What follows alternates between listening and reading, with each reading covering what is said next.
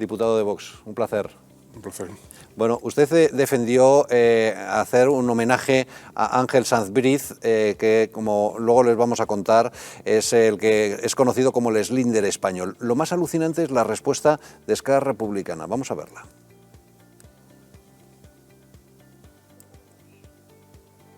Bien, una iniciativa de Vox defendiendo el homenaje a un franquista. En definitiva, una iniciativa de Vox blanqueando el fascismo. Nada nuevo. Tranquilos. Nada nuevo, ninguna sorpresa. Un día más en la oficina.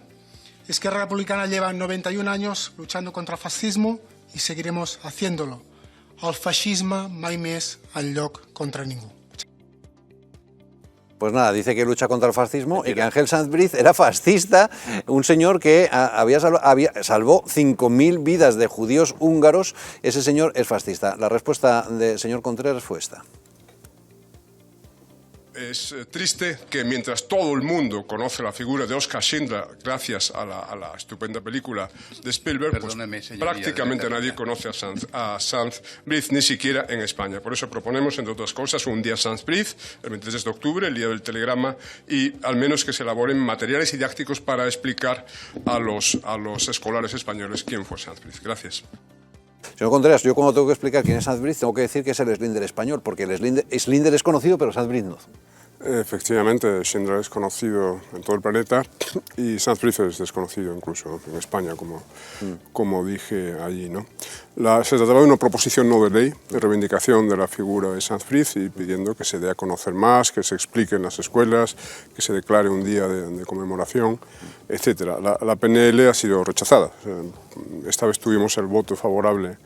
Conseguimos el voto favorable del PP y de Ciudadanos, por cierto, con muy buena intervención del diputado de Ciudadanos, Guillermo Díaz, pero el bloque de gobierno de izquierda más nacionalistas votó en contra, no ha sido. ¿Cuál es el argumento? Porque a mí me parece dificilísimo rechazar un homenaje a Sanz Briz, es un héroe nacional. Sí, hubo dos tipos de argumentos y un poco contradictorios entre sí. Uno es el que habéis puesto vosotros. Era fascista, es poco consistente, la verdad. Que Sanz Briz era franquista y que nosotros pretendemos blanquear el fascismo y que esto es inaceptable.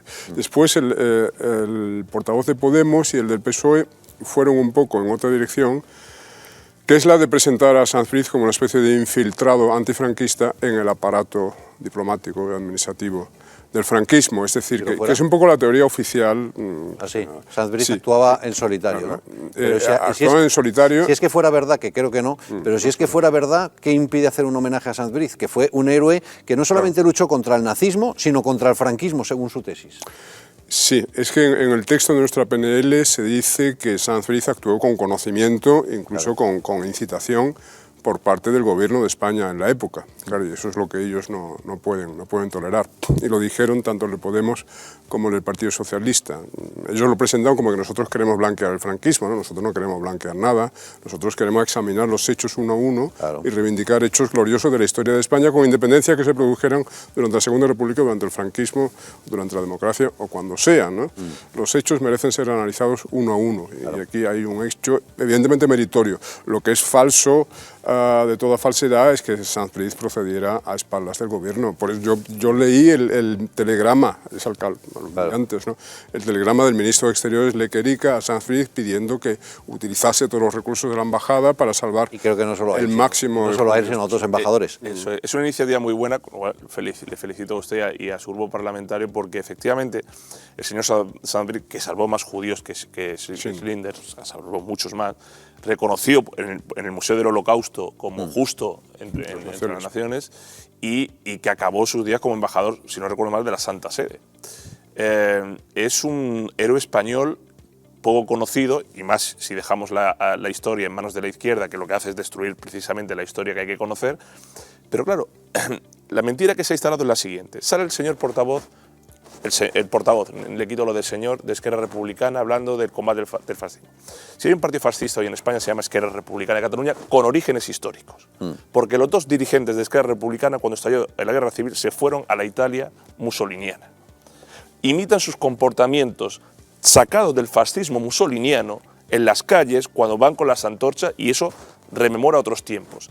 Quien imita social, estéticamente, mensajes y sobre todo en su racismo ideológico y político contra la población, si hay un partido fascista en España que representa todo eso es Esquerra. No luchan contra el fascismo, son el fascismo. Claro. Y eso es algo que yo muchas veces, la batalla cultural, cuando yo estaba en política en la anterior legislatura y ahora en esta, veo que los partidos de derecha o centro-derecha, más que atacar, se intentan defender y justificar. No, es que yo no blanqueo el fascismo. Pues si ya lo sabemos. Bueno, creo que Yo no soy franquista, pero si ya lo sabemos. creo que es un lo que hay que pecado, hacer es... creo que es un pecado del PP más que de Vox. No, pero yo veo los últimos tiempos, que lo tenía el PP, por supuesto, históricamente, lo ha tenido durante mucho tiempo Ciudadanos, y ahí me afané para que no lo tuviera, y lo veo últimamente también mucho en Vox, el justificarse lo que no es. No, oiga, el fascista es usted por esto y por esto. Porque esa es una iniciativa tan buena que debería estudiarse en los libros de los colegios. Claro. Siempre y cuando la educación no esté en manos de la izquierda. Claro, exacto, exacto. Será imposible. Y no tener que dar explicaciones de quién es Sanz Briz y de otros. Nosotros hemos querido hacer un repaso de la figura de Sanz Briz y de otros casos parecidos al de Sanz Briz, porque, como decimos, no fue el único ni actuó de manera aislada. En la Segunda Guerra Mundial hubo héroes que no lucharon en los campos de batalla, sino en los despachos. Algunos de ellos fueron los diplomáticos españoles que en la Europa ocupada por Hitler salvaron a miles de judíos. El gobierno de Franco se amparó en un decreto ya caducado del gobierno de Primo de Rivera para conceder la nacionalidad española a judíos descendientes de los sefardíes, que fueron expulsados en 1492.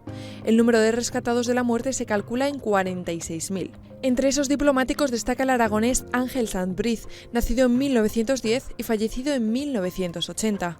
Después de participar en la Guerra Civil y de reincorporarse al Ministerio de Asuntos Exteriores, en 1942 se le destinó a la capital de Hungría, aliada de Alemania. Cuando en 1944 comenzó la persecución hacia los judíos locales, Sanz Briz puso los servicios de la Embajada Española al servicio de los perseguidos.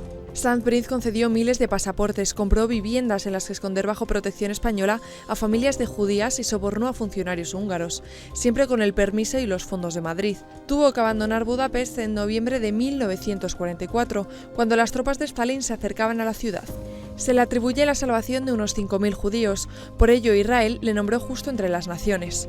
El régimen franquista le concedió algunos de los puestos más altos de la carrera diplomática, como las embajadas en el Vaticano y en China. En los últimos años su nombre ha recibido numerosos reconocimientos. En España se le recuerda en Zaragoza, Madrid y Cádiz.